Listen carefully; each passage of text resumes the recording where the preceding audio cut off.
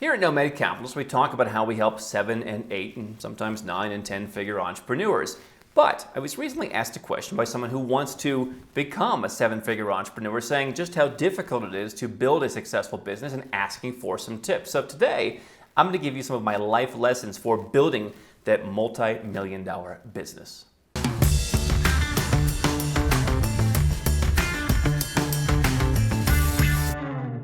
Hi, I'm Andrew Henderson. I'm a lifelong entrepreneur and the founder of Nomad Capitalist, where we help the aforementioned 7 and 8-figure entrepreneurs and investors legally go where you're treated best. You can learn more at nomadcapitalist.com. So here is what the question asker poses as the holy grail of questions. How to earn the big money to be able to afford Nomad Capitalist fees. Since 97% of businesses fail within the first 10 years, even the ones that do succeed, only a small fraction earn over $1 million per year. So what do? Obviously, we put out well over 1,000 videos, almost 2,000 blog posts at nomadcapitalist.com to help you get a head start. You know, why we work with 7 and 8-figure entrepreneurs is they have a lot greater needs, they have a lot more complexity, and they really understand that they have more of a target on their back and that they need to make sure things are done properly and to have someone manage 5 or 10 or 15 different people in the network worldwide.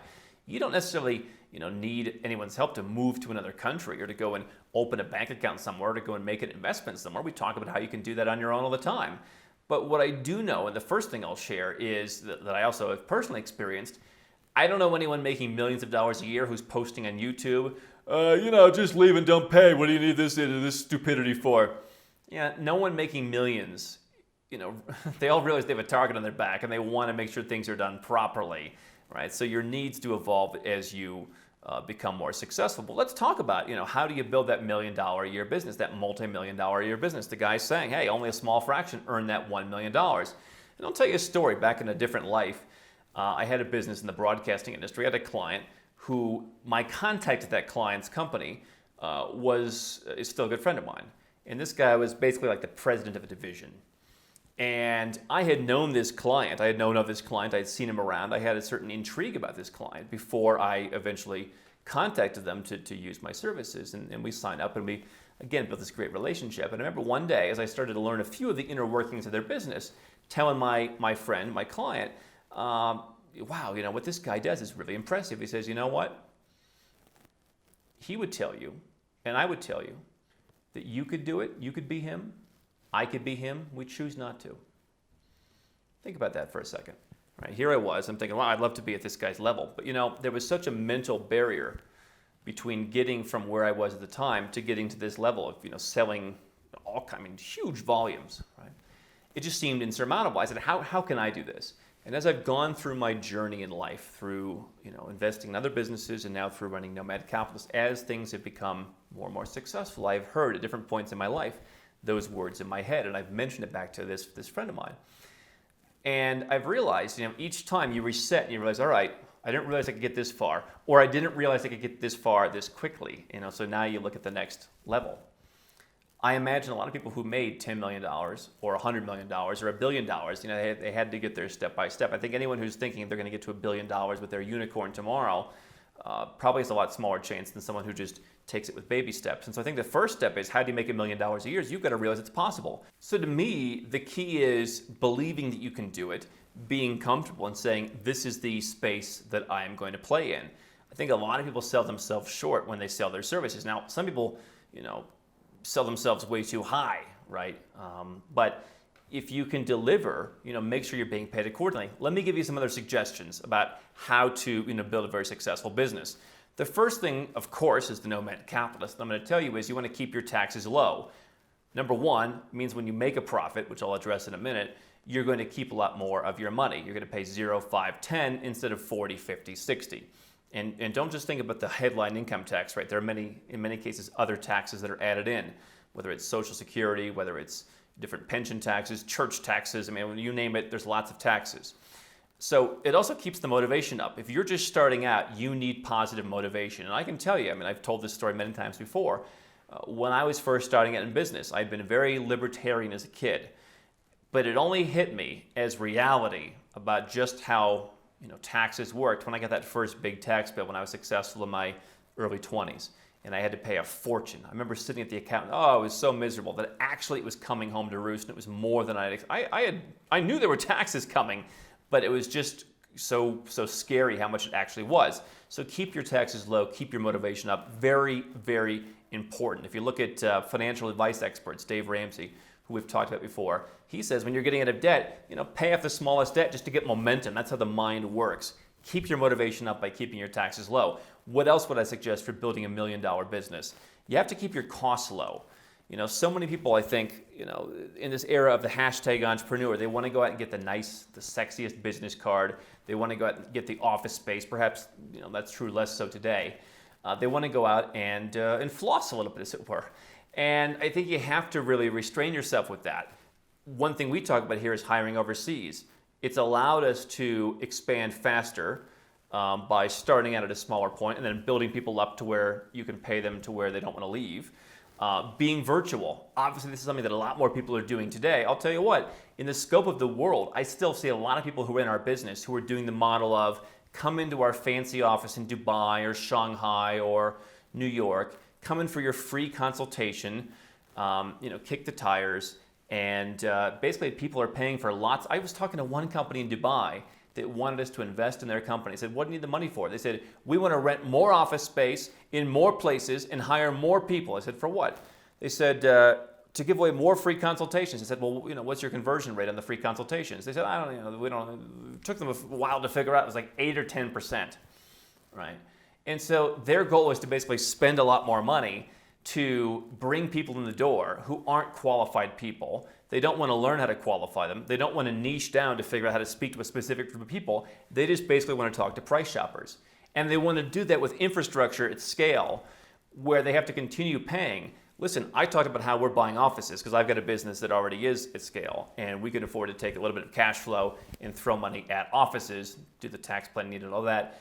And so my carrying cost in that in the emerging countries that we operate in is pretty darn low. Even in a place like Dubai, lower than you'd find in the West as we move into Dubai. But if you're just starting out, you're renting, and so I would be keeping costs low. I would not be going to Dubai and hiring a bunch of people in Dubai. I might be going to Dubai, going to the Cayman Islands, going to somewhere like that, and then hiring people offshore through a staffing company or through contractor relationships. And I would be keeping costs low. Why? Because I want to, number 3, make a profit ASAP. Obviously, there are people who are far more successful than I am. You could ask for advice, who built great unicorns. For me, what I love about business is it's the great equalizer. Anyone can get into it. You have athletes, you have movie stars, you have all kinds of people who decide to get into business and they do well. Why? Because if you keep your risk low, you've got a much higher chance of being successful than you would being a star athlete or being a movie star or being a rapper. Business is a much easier way to do it. So I don't know why you would squander that by going out and just having a lot of high expenses. You need to profit ASAP. That means that the taxes being lower starts to help you quickly. It means you can reinvest your money when you have lower costs into more staff, more what have you. But what you need to do to profit ASAP is you need to focus on 2 things, sales and marketing. Sometimes when people get frustrated, they'll say, oh, that guy's just good at marketing, right? Yeah, that's what you need to run a successful business. Again, nobody who's making millions of dollars a year dismisses someone as a marketer. Obviously, if you're just a marketer and there's all flash and there's no substance, people are going to eventually find out that you don't have the goods. Just some razzmatazz isn't going to work.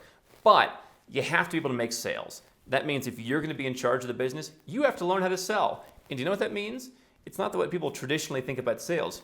You've got to learn how to listen. You've got to learn how to understand people. And you've got to be ethical enough to say, I'm going to run a business where if someone comes in and I can't help them, I'm not going to be that guy in Dubai who's chasing after an 8% conversion rate, who's going to try and twist and turn everything to where he can sell you. No, you've got to find a way to focus on getting that sales rate much higher so that when someone does come in and they're not a fit for you, you're going to turn them away and build a good name for yourself. To get those people in the door, you need some kind of marketing, whether it's YouTube, whether it's whatever it is online. Those are obviously the easiest things to do, and by and large, they are free, right? You could just start, creating content, adding value. And so, sales and marketing are things that you need to learn. For me, I've never really been the kind of person who wants to build up a big sales department. I mean, you look at our company, it's 95% people who aren't doing that. It's about service. A little bit is about marketing, but 80+% of people are doing things where we're improving our knowledge, we're doing research, we're serving people, we're building connections, all that kind of stuff. You as the owner, as the business person who wants to get to that $1 million business, you've got to figure out how you know that stuff. Don't think, I'll just hire a salesperson. Notoriously difficult. Salespeople can be mercurial, they come and go, they're often transient. It's a beautiful culture, the salesperson culture, but you have to understand it, and you have to understand the sales yourself. And if you can't do that, you're not going to be able to train other people to do it, just pawn it off. I've seen it fail so many times in so many different industries where someone's just going to hire the star salesman, sit back and relax as they bring in the money. You've got to learn how to do it, which means you've got to put aside this notion that sales is disgusting and just be like, people are going to come and buy from you because you're cool. Don't overinvest up front in hopes of a profit. Don't be overly confident. One of the things that I've done is I've told you, I don't so much have this anymore, but for years and years in my business career, pretty much every month and certainly every year, business got better. Maybe there were some ups and downs. Of course, there were ups and downs, but over time, if you put it on a graph, it was a nice, consistent growth. But yet every month I said, oh, maybe this month is going to be the one that falls apart. I no longer feel that way. But I still have some of the idea that you can't be too cocky. When I see some people getting into business and they're overly confident and they're throwing out other numbers and they're making $1 million this year, they're going to make $27 million next year, you might do that, but I just think that if you're thinking that way, that's going to get in your way. Now, everyone has a different perspective, but from my perspective, humility, being humble, assuming the worst in a certain case means you're going to be micromanaging things. Until you can get people to micromanage them for you, you're going to be sitting and saying, what are all the ways that I could lose? And how do I prevent that? That's what you need to be thinking. And so those are some of my tips from experience of how you want to become a millionaire, multimillionaire entrepreneur by building that business that defies the odds. Listen, most people don't have the right mindset for building a big business. Sure, most businesses do fail, but your odds of failing with a franchise where someone else controls your destiny with their own marketing. I remember living in Phoenix, Arizona for years and watching companies like Quizno, basically Quizno's subs fall off the map. Those franchise owners weren't really in control. They were following what Quizno's subs did. If you are opening a fixed location business, I met some really successful people recently. They own hotels all over a particular country. And hey, that's great. They're making a lot of money. But guess what? If something happens in that country, if taxes go up, if the government freaks out, they might not be making as much money anymore. So for me, the virtual business, how do you take perhaps a fixed business, make it remote, make it virtual? How do you take an existing virtual model and make it better? Those are strategies where you can have lower overhead, you can hire overseas, you can keep your bills low, your taxes low. You're going to be ahead of those 97% of people because they're focused on one narrow mindset of, I live in Phoenix, Arizona, my business has to be in Phoenix, Arizona. My customers have to be in Phoenix, Arizona. I think the perspective of getting out into the world, not only in selling your stuff online, treating the world as a place where you can choose from the buffet and go where you're treated best. I would also add to that, how do you look to market to people in other cultures because you have experience that you've gained by traveling or living in other places? That could be more successful as well. So those are all the things that you want to keep in mind so that you can beat that 97% and build that 7, 8, 9, 10-figure business. How can Nomad Capitalist help you? 4 ways. Number 1, subscribe to our channel and click the notification bell to make sure you get our new video every day. Number 2, get a copy of Nomad Capitalist, the book. You'll learn a lot of my personal experiences over a dozen years of studying this stuff, as well as exactly some of the strategies that you can use to build your Nomad Capitalist plan. Number 3, if you're not sure where to start, but you want to come and learn from my team and I, you want to come and mingle with like-minded people, learn more about our live conference, Nomad Capitalist Live. It's coming up soon. And number 4, if you want some help right now because you've got a burning issue, you need something solved, you want to lower your taxes, get a second passport, or build the Nomad Capitalist lifestyle of your dreams, go to nomadcapitalist.com and click on Become a Client.